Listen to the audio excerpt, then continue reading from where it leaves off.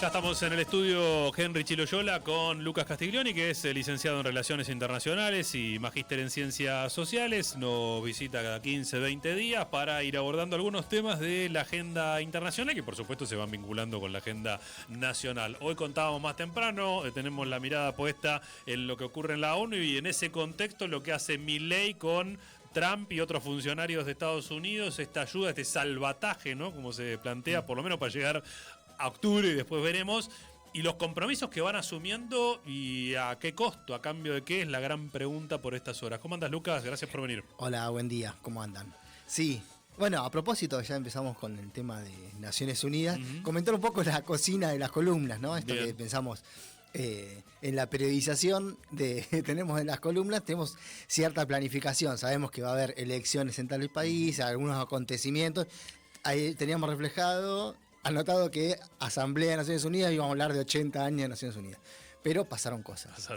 En el día de ayer, un tuit, oportunamente antes de la apertura de los mercados en Argentina, del secretario de Tesoro de los Estados Unidos, Scott Bessent, anticipó unas negociaciones que se vienen realizando de forma no muy pública, pero que se van a, se está especulando que se van a poder efectivizar o tomar otra dimensión esas negociaciones en el día de hoy entre Estados Unidos y Argentina, ¿sí? Entonces, redireccionamos un poco la columna para este lado y lo que nos proponemos es tratar de charlar algunos elementos para perfilar la situación de la deuda a nivel mundial y en qué contexto nosotros estamos en la crisis que estamos atravesando y aparece esta situación con los Estados Unidos. Y hay distintos ejemplos, antecedentes que nos pueden dar un marco más o menos de por dónde se mueve la cosa. Sí, y vamos a charlar de un ejemplo, el caso de México. Bueno, así que bueno, empecemos un poquito, y yo estuve anotando así como algunas tendencias no jerarquizadas, y que un poco discrecionales, pero para pensar la situación de la deuda y del financiamiento en la actualidad, porque Argentina está atravesando una aguda crisis económica y política, y que una de las formas que está buscando atenuar, resolver o reperfilar esta crisis el gobierno de Milei, que con sus políticas agudizó esta aguda crisis, es a través del financiamiento externo, ¿no? Entonces, lo que pensamos de dónde se obtiene el financiamiento externo, precisamente los flujos de capitales, y pensar, un poco del perfil. Anoté 6 puntos para que tratemos de dar una pincelada en qué contexto están los flujos internacionales de capitales para el financiamiento soberano. Bien. Primer punto, a diferencia de lo que sucedía hacia finales del siglo XX, desde los años 80 cambió el perfil de estos flujos financieros, y la participación de los fondos privados, de los acreedores privados, de los fondos de inversión de BlackRock, predominó y ampliamente sobre el financiamiento oficial. ¿Sí?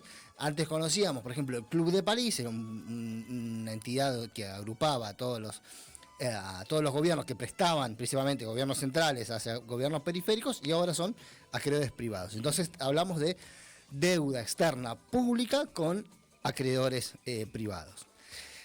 Dentro de ese perfil, el segundo eje es el principal acreedor a nivel mundial, lejos de ser privado, es público, y es China. Ajá. China es el principal acreedor del mundo en la actualidad, ¿sí? Y entonces ahí hablamos otra dimensión, porque China no está en el Club de París, tiene una participación muy relegada dentro del Fondo Monetario Internacional y se encuentra en otra situación con otras instituciones, como hemos mencionado en columnas anteriores. El tercer rasgo que quería mencionar es los eventos de default, es decir, los países declarando que no pueden pagar su deuda, por decisión o por incapacidad. Lo dejaron de hacer, principalmente luego de los 80. No tenemos grandes defaults soberanos, ¿sí? El cuarto es, tenemos un crecimiento fenomenal de la deuda a nivel mundial. Principalmente lo que más creció es la deuda de los países, pero la relación deuda, incluso PBI a nivel mundial, está 3 veces por encima, ¿sí? El quinto es, luego de la crisis del 2008, el Fondo Monetario Internacional y la Troika tomó otro papel, ¿sí? Se relegitimaron. Sí. El G20 dijo, el Fondo Monetario tiene que tener, de nuevo tenemos que recuperar a este FMI que preste atención en las cuentas públicas, que siga a los países, y para eso hubo un aumento una recapitalización, pero no fue tan grande como se esperaba. Y el sexto es, no hay un mecanismo de regulación entre acreedores y deudores. Entonces, Argentina conocemos, frente a esa situación, lo que nos lleva es, aparece Griesa o aparece ahora Loretta Presca, es decir, los problemas judiciales se resuelven en tribunales extranjeros. Eso a propósito de también los convenios que se firman ceden soberanía judicial, digamos, de resolución de este tipo de pleitos. Exacto. ¿Sí? Tenemos problemas con la deuda, se resuelven en Nueva York o en Londres. Eso hoy, para quien anda medio despistados, discute la transferencia de la propiedad, de la mitad de la propiedad de YPF a estos fondos buitres. Por ejemplo, ¿sí? Tenemos en YPF o la deuda producto del default del 2001, que todavía seguimos, ¿no? Estamos en esa situación. Y esas 6 tendencias tenemos que agregar una séptima que es ineludible de hoy cuando hablemos de relaciones internacionales, del problema internacional, que es, estamos frente a una crisis a nivel mundial, desde el 2007-2008, que es económica, que hemos referenciado muchas veces, pero en esa crisis también estamos viendo la transición hegemónica o la disputa de la transición hegemónica entre Estados Unidos y China. Parece un gran preámbulo que estamos haciendo esto, pero no, porque la crisis de Argentina se da en este contexto. Sí. ¿Sí? La búsqueda de financiamiento se da en este contexto porque aparece ahí Estados Unidos. Lo que estamos mencionando es el día de ayer, Scott Bessent, el secretario y ministro de Economía de Trump, que no hace muchas giras a nivel internacional, no participa en muchos problemas internacionales, sí vino en la Argentina en abril, luego de que Argentina firmó un nuevo acuerdo con el Fondo Monetario Internacional, y sí en el día de ayer, con una sincronización no casual entre tweets del gobierno y de voceros y periodistas del gobierno argentino, Scott Bessent dijo, vamos a hacer lo que sea necesario para resolver el problema de la crisis argentina. ¿Sí? ¿Y qué es esto de lo que sea necesario? Porque hay un marco también en el cual el tipo se puede mover, digamos. Exacto. Tenemos un margen. Esos 6 tendencias donde vemos Estados Unidos está en disputa, está en crisis, los acreedores privados son los más importantes, vemos la disputa con China, el Fondo Monetario Internacional tiene sus herramientas, pero no alcanza, tiene sus limitaciones. Encontramos a los Estados Unidos con una herramienta que es propia del Departamento de Tesoro de los Estados Unidos, que es el Fondo de Estabilización Cambiaria. Bien. ¿Sí? Scott Bessent lo que planteó como opciones es, bueno, vamos a hacer todo lo que sea necesario para ayudar a la Argentina, y en su tweet dijo, porque tiene una importancia sistémica para los Estados Unidos en el Cono Sur. La palabra de la importancia sistémica tiene claramente un correlato geopolítico, dice, qué es lo que pasa en Argentina nos va a servir para que lo que suceda con el resto de los países de la región. Y bueno, ¿qué es lo que tiene? Es este fondo que se creó en el año 36, que hay algunos instrumentos que les permiten dar cierta discrecionalidad, que no tenga que ser aprobado por el Congreso de los Estados Unidos, y que tiene una herramienta que son estos préstamos más rápidos que van entre 3 a 6 meses, que es para comprar o vender divisas, monedas extranjeras, y apoyar a países que consideran relevantes. En este caso, como puede ser Argentina. 3 a 6 meses en su devolución o en su entrega. Sí, en su devolución. Ah. ¿Sí? Y tienen otro tipo que son acuerdos de monedas, ¿sí? Los que serían como los acuerdos entre bancos centrales, que serían como los swaps el swap con China. Claro, y ahí aparece el caso. Eso es, vos tenés una guita ahí, si la necesitas la ejecutás, y si no, es como una especie de garantía. Garantía que va directamente a las reservas, en este caso, del Banco Central Argentino. ¿Sí? Bueno, este fondo que tiene el Departamento de Tesoro de Estados Unidos se creó en el año 36 al calor de la crisis del 30, ¿no? Fue cambiando, no vamos a hacer mucha historia, fue cambiando a lo largo de la dinámica de la economía mundial y del papel que asume Estados Unidos en la economía mundial, y actualmente tiene algunos cambios que vinieron con la crisis del 2008, pero no está funcionando como un instrumento de política exterior. De hecho, la última vez que dio un préstamo bajo este programa, que tenemos desde su creación, 123 préstamos, fue en el año 2002, que fue para el caso Uruguay. ¿Sí? Actualmente este fondo tiene cerca de 214.000 millones de dólares entre dólares, monedas extranjeras y los derechos de especiales de giro, con un margen de con estos en los fondos y con la capacidad de préstamos de cerca de 20.000, depende de cómo se apruebe. Y la última reunión que tuvo el Consejo de Estabilidad Financiera que administra este fondo, que lo preside el famoso Scott Bessent, lo que planteó en esa resolución, quiero comentarlo acá, porque me parece pertinente, en su última reunión no se habló nada de Argentina, sí se aprobó el nuevo presupuesto en donde están estos datos, y se derogó un fondo que había para el cambio climático, dos comités, entonces signos de estos tiempos. Claro. Y decíamos que la última vez que se utilizó fue en el año 2002, pero el país que más, para el caso uruguayo, pero el país que más veces solicitó, o con los cuales se aprobó el fondo, fue México, con 48 veces. Y el momento más tenso de utilización de este fondo fue en el año 94 y 95, en el marco de lo que se conoce como la crisis del tequila. ¿Bien? Bien, estar escuchando a Lucas Castiglioni. Bien. Estamos en los años 90, cuando en México teníamos un momento muy parecido al de Argentina, ¿no? Teníamos casi un tipo de cambio fijo, es decir, la relación del peso mexicano con el dólar estadounidense estaba más o menos estable durante casi 4 años, con un régimen de bandas cambiarias, no suena ese régimen de bandas cambiarias, con un déficit en cuenta corriente, es decir, salen más dólares de lo que entran, principalmente vía comercial, y ese déficit de cuenta corriente desde el año 94 empezó a tener sus efectos en las reservas internacionales. Empezaron a fugarse muchos dólares del Banco de México. Esto provocó presión sobre el peso, que terminó con una fuerte devaluación, que fue en diciembre del 94. ¿Sí?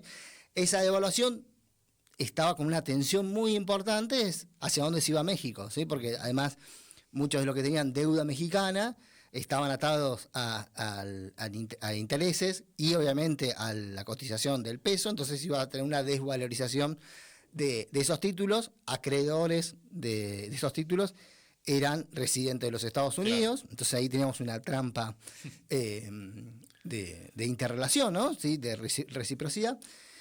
Y quiero agregar un tema que aparece y está discutiéndose en la actualidad, que es la geopolítica. ¿Sí? Hemos dicho más de una vez que la geopolítica en términos tradicionales se entiende territorio y población. ¿Sí? Cuando decíamos, ¿por qué es importante India en la geopolítica mundial? Segundo territorio. Millones y millones. Claro, sí, miles de millones. ¿Por qué es importante China? Bueno, la televisión tradicional, que incluso es más bien no es muy crítica, parte de ahí. Bueno, México tiene un territorio que comparte con los Estados Unidos y una población que a su vez tiene una migración muy importante. El año 94, el 1 de enero del 94, empezó a funcionar el Tratado de Libre Comercio de América del Norte, Estados Unidos, México y Canadá, 2 países centrales, un país periférico. Y fue el primer tratado que representó la ola neoliberal de los años 90. ¿Sí? Luego de la caída del muro, el libre comercio iba para este lado. ¿Qué tenían que hacer? Fronteras abiertas. Sabemos qué pasa con fronteras abiertas cuando son 2 pesos pesados y México, ¿no? En este caso. Entonces, era una apuesta muy grande. A estas 2 dimensiones tenemos que agregar una más en la geopolítica. En la geopolítica también están las clases sociales, las disputas y las grandes mayorías.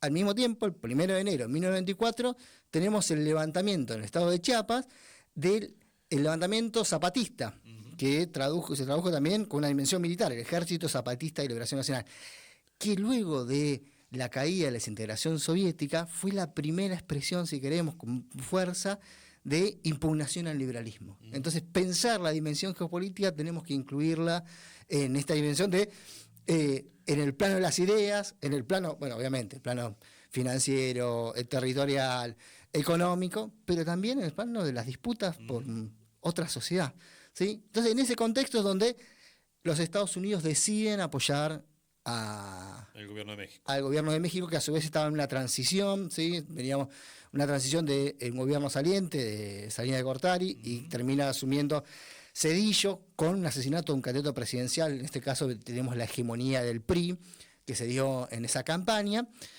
Y ese financiamiento vino por esta herramienta del Tesoro de los Estados Unidos, ¿sí? Tuvo sus bemoles, sus tensiones incluso dentro del Congreso de los Estados Unidos. Recordemos, estamos acá, época de Bill Clinton, sí. Y se terminó tratando con cierta discrecionalidad y la respuesta fue un apoyo del Tesoro de Estados Unidos, del Fondo Monetario Internacional hacia el nuevo gobierno de México, y la salida de esta crisis. Obviamente nos imaginamos hacia dónde se fue. Una devaluación atando a el recorte en el gasto público, el ajuste en los salarios, principalmente en los salarios públicos, y a su vez un proceso de privatizaciones en el cual las privatizaciones aparecen ahí con mayor fuerza, capitales estadounidenses. ¿Y qué aparecía particularmente la petrolera, no? La petrolera es estatal, ¿sí? Es mexicana, sí. Pero la participación de Estados Unidos ahí sobre Pemex estaba presionando.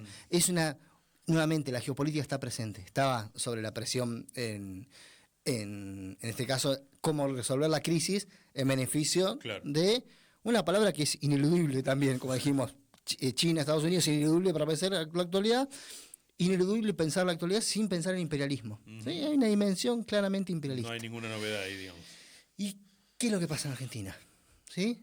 Ineludible China, Estados Unidos evidentemente, con este tuit que para los libertarios nos muestran, calmó los mercados, el dólar, vemos cierta baja, la caída, se frenó la caída del precio de las acciones y cayó el riesgo país. Entonces hay ciertos festejos, ¿no? Esto que se vio en voces libertarias en ese sentido. Pero Estados Unidos está muy presente, la participación de Bessent está muy clara, pero no es el único que participó en este interés. Sumemos a Bessent, de Abril, sumemos a Claver Carone, Mauricio Claver Carone, que había sido funcionario de Trump ya en su primera administración, que tuvo mucho impacto con el préstamo del Fondo Monetario Internacional, después pasó al BID, que a principio de año dijo: Argentina tiene que salirse de las relaciones con China, principalmente este swap de monedas. Sumemos a Laura Richardson, ¿sí? La comandanta de la Cuarta Flota. Del Comando Sur, que administra la Cuarta Flota, la dimensión militar, donde dice tenemos que cortar con las relaciones de Argentina con China.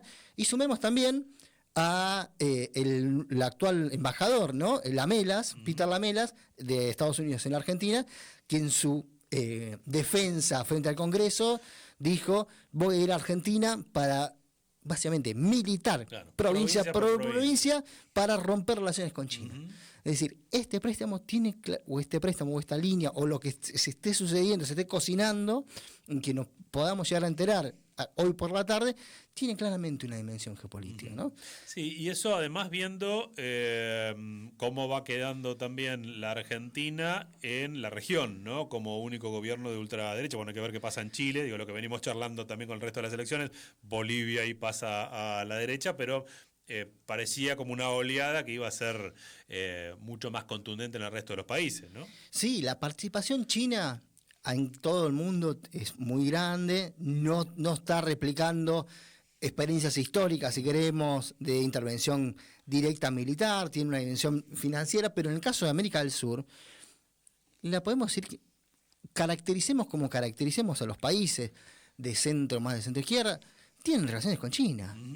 Brasil, sin lugar a dudas, Venezuela, pero para mí no muy lejos, en otro país limítrofe, Paraguay, era el único país de América del Sur que reconocía como república independiente a Taiwán, ¿sí? Que dentro de la diplomacia china se había marcado como, bueno, no vamos a hacer ningún programa de préstamos con países que reconozcan a Taiwán. Ellos van con la política de un Estado, dos naciones. En el marco de la crisis del COVID, Paraguay cambió. Y Paraguay no es de izquierda. Caractericemos como caractericemos. Boric no es... Lo pintamos, ¿no? La ola roja, la ola rosa, y lo vamos la paleta de colores la vamos cambiando, ¿sí?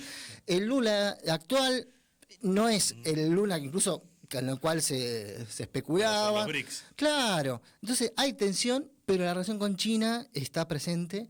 Y lo que hizo el gobierno de Javier Milei, por ejemplo, el primer acto de gobierno fue desistir con aquel acuerdo que se había negociado ya incluso durante el gobierno de Macri. Claro. Pero durante el gobierno de Alberto Fernández se había pedido el ingreso de Argentina a los BRICS. Desistimos. Y en este marco de esta agudización de la crisis financiera, se estuvo hasta ahí negociando el swap con el Banco Popular de China, ¿no? Claro. Entonces, hay una dimensión geopolítica en esto, ¿sí? Y no nos tenemos que ir muy lejos hoy por hoy hay mucha subestimación cuando hablamos de la geopolítica, diciendo, bueno, es una visión de conspiración. Para nada. Son los propios voceros de los Estados Unidos los que están alertando de esta dimensión, y tenemos una experiencia histórica. Y no me quiero ir sin, si me permiten, leer algo que se escribió hace más de 100 años, ¿sí? Que lo escribió en el marco justamente de un conflicto militar. Hoy estamos en un mundo de crisis y hoy estamos en un mundo con guerras, ¿sí?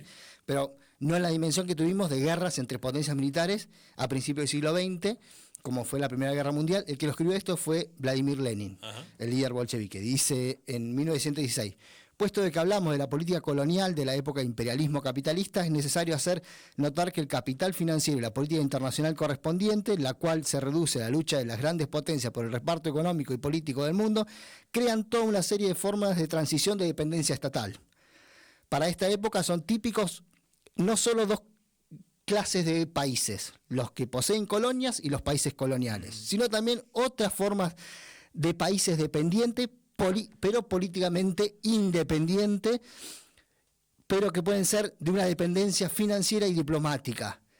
Estas son formas de semicolonia o de otras formas, como el caso de Argentina. 1916, Lenin en una crisis y en el marco de una revolución que iba a hacer Lenin, estaba mostrando a Argentina como esta relación, bueno, no es una colonia formal, pero tiene una dependencia financiera. Claro. Bueno, 100 años después estamos, ¿no?, con estas alertas históricas, experiencias concretas más cercanas, y la evidencia tanto de los voceros locales como de los extranjeros que están diciendo, no es solamente porque quiero mantener a un amigo, un aliado, que sí es importante de la extrema derecha, sino que hay intereses. Y esos intereses, si volvemos a la visión tradicional de la geopolítica, en nuestro territorio hay muchos de estos elementos que son claves para el mundo hacia donde estamos yendo, en este mundo en crisis, ¿no?